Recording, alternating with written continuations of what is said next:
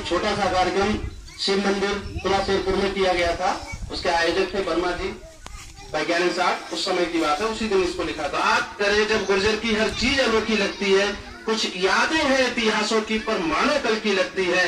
हो मर्द भले या हो मर्दानी, हम रहे हमेशा शानों से। देश और दुनिया की हमने आन बचा कर रखी है। देश और दुनिया की हमने आन बचा कर रखी है। अब आज की स्थिति को समझ लें। हम आज खड़े हैं जिसकी खातिर वह बात मनोहरी लगती है। हम आज इकट्ठे हुए ना किसी काम के लिए, किसी जयंती को मनाने के लिए। हम आज खड़े हैं जिसकी खातिर वह बात मनोहरी लगती है। इतिहासों में दबे रहे हम, ये बात भी चुभती रहती है। इतिहासों में दबे रहे, ये बात भी चुभती रहती है।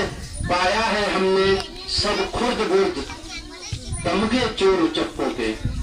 जब हमसे पहले आप लोग थे, हम लोग तो आप लोगों ने पढ़ाया लिखाया, थोड़ा आगे बढ़ गए। हमसे पहली वाली पीढ़ी को देखे तो आप सोचिएगा कि पाया हमने सब खुर्द बुर्द और तमगे चोर उचक्कों के। आप बरेली जब पहुंचेंगे तो वहां वो पहले ही बता देंगे कौन है। बोले शेरपुर के पूजन हुए, भैंसिया खोल ले गए। बोले पड़ोस में भैंसिया खोले, पूजन में गाँव खोल ले गए। चलता तमगे चोर उचक्कों के। पर बात करो अगर अब की तो कुछ बात अलग ही लगती है, कुछ बात अलग ही। प्रदीप जी, सुनील जी, चाचा श्री अमर सिंह बाबू जी और सामने बैठे हमारे आसपास के क्षेत्रों के सरदारों, सबसे पहले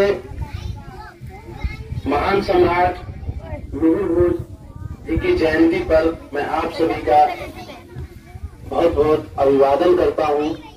और महाराज जी ने मुझ जैसे तुच्छ व्यक्ति को जो आज यहाँ पर मुख्य अतिथि बनने का मौका दिया, उसके लिए उनका बहुत बहुत आभार व्यक्त करता हूं।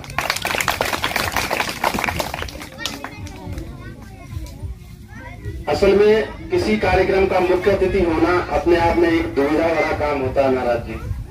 जब आप किसी कार्यक्रम के मुख्य अतिथि हैं तो आपको सबसे बाद में बोलने का मौका मिलता है, और उससे पहले जितने भी श्रेष्ठ वक्ता होते हैं उनकी बातें आपके बीच में पहुंच चुकी होती हैं। आज की बात करूं तो आचार्य जी ने बहुत सारी अच्छी अच्छी बातें बताई आपको। हमारे डॉक्टर साहब सुनील जी वो खुद में एक इंस्टीट्यूशन है, खुद में एक मेडिकल के छात्र होने के बाद उन्हें इतिहास की इतनी अच्छी जानकारी है, ऐसी कल्पना भी नहीं की जा सकती। उसके लिए मैं उनका बहुत बहुत धन्यवाद करता हूं कि उन्होंने इसमें बहुत ज्यादा समय लगाया होगा, तब इतिहास की इतनी जानकारी जुटा पाए हैं। भाई प्रदीप जी जो कि सिर्फ आपके जनपद या तहसील के व्यक्ति नहीं है, आज के समय में पूरे देश के 28 राज्यों में उनके संगठन का विस्तार हो चुका है। और आपने उनके भाषण को भी सुना। जो ओज उनके भाषण में है, उसके बाद मुझे नहीं लगता कि किसी कार्यक्रम के अंत में उस ओज को दोबारा से जागृत किया जा सकता है। उनकी ओज को उभारने के लिए मैं उनका भी बहुत बहुत धन्यवाद प्रेषित करता हूँ। रही बात महाराज जी की, उनके बारे में मुझे लगता है कि मेरे पास शब्द नहीं है।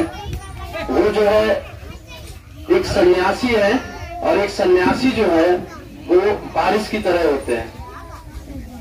बारिश का मतलब ये है कि जब बरसात होती है वो ये नहीं देखती कि ये गरीब का खेत है, ये अमीर का खेत है, ये इस क्षेत्र के प्रभावशाली व्यक्ति का खेत है, या इस क्षेत्र के सबसे ऐसे व्यक्ति का है जिसको कोई बात नहीं पूछता।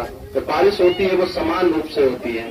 उसी तरह से जब कोई सन्यासी अपनी बात कहते हैं, उनकी बातों में कभी कभी दुख भी हो सकता है, उनके अंदर का उनकी पीड़ा हो सकती है जो समाज से मिल रही होती है।